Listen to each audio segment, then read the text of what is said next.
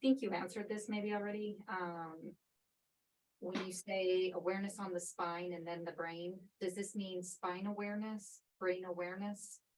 Yeah, you could do spinal awareness. I would say the thing about like how we do spinal awareness, where you go, okay, I'm going to check in with a spot, and then I'm going to check in with another spot. You could do that a little bit, but a lot of it's going to be you need to do the whole spine. I'm going to explain that in the class, because the vagus nerve is about like really soothing the body to like a really super high degree. So we're going to walk through, and it's more about just working the spine. We will visit like hitting your spots, but there's going to be more work on the spine itself, and then more work on just both sides of your brain. Like when you calm the spine down, your brain just starts going, and just starts letting go of the things that cause like anxiety or stress or fear. There's a few things that have to be set up before that, but it just starts kicking stuff off. Yeah. And you don't even notice it. You just go, oh, I feel kind of sleepy. I feel kind of relaxed. It's more like that. Yeah. Someone actually asked about the vagus nerve class. You just want to keep talking about it? Yeah. So we're going to go through and fortify and regulate, balance out the vagus nerve, which is tied to the parasympathetic activity. Which is your rest and repair. It would diminish the tendency to be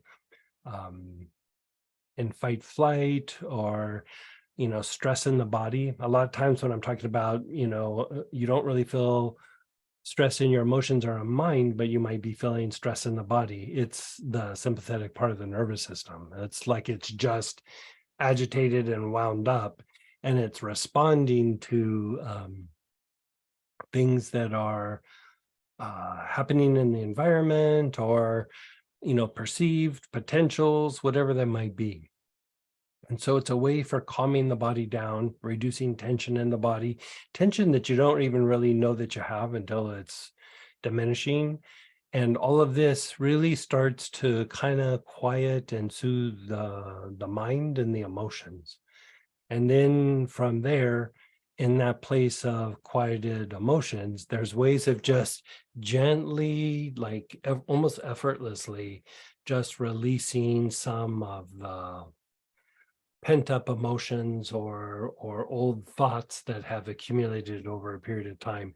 And it's not so much about the stories themselves, it's more about just the agitation that came from the nervous system being agitated, imbalanced, and things that have happened to you, like old traumas, old events, whatever it is.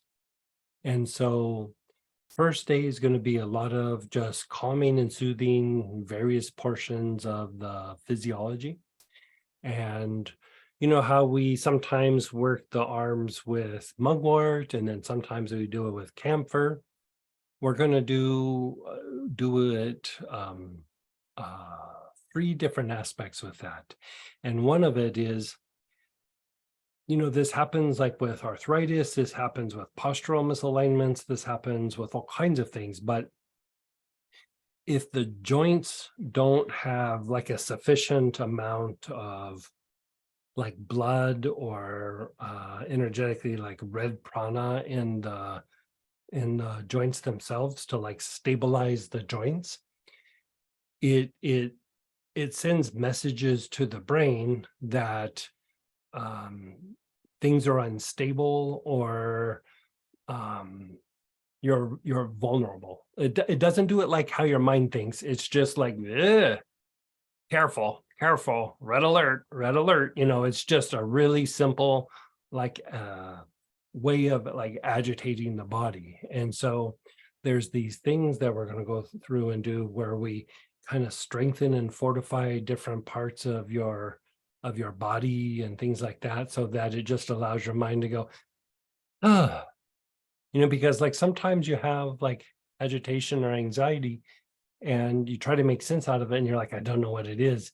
And it's usually something's off in the physiology, where your physiology is just telling you that something feels unstable or something feels like vulnerable or has a potential of being heard or, not being able to function properly when you go out. And so there's just these like steps where you go through and calm things down and fortify.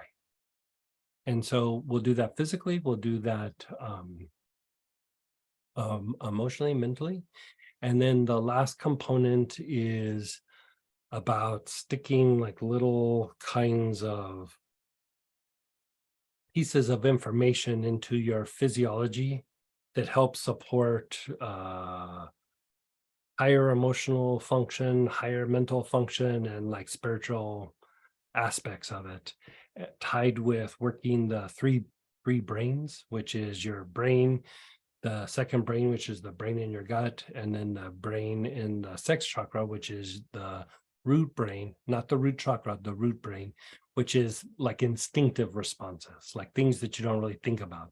Like when you get triggered, something you say or do triggers you, it's the sex chakra and then the Ming Men, which is your adrenals.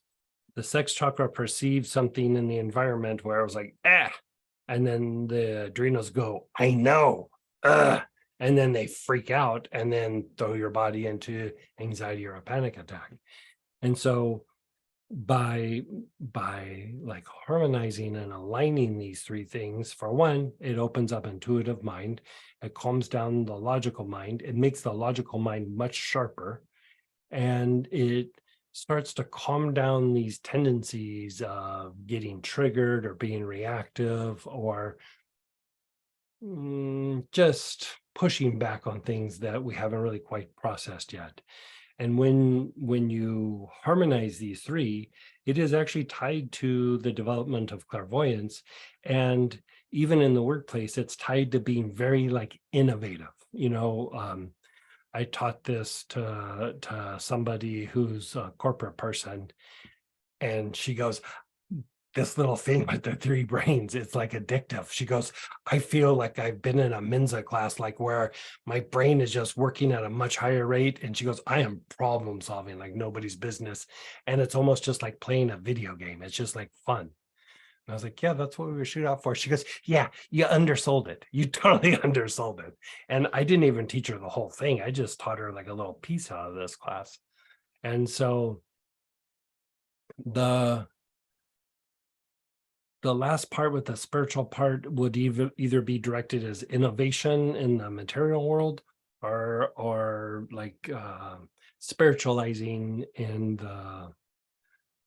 the mystical sense. But like I would say more on the mystical side, where it's just about the heart getting bigger and starting to have more inner experiences and just deeper levels of peace, rather than trying to stimulate a bunch of things to make something happen. It's just like deeper levels of peace, deeper levels of heart activation, deeper levels of crown. So, And go ahead, Robert. hey, Robert.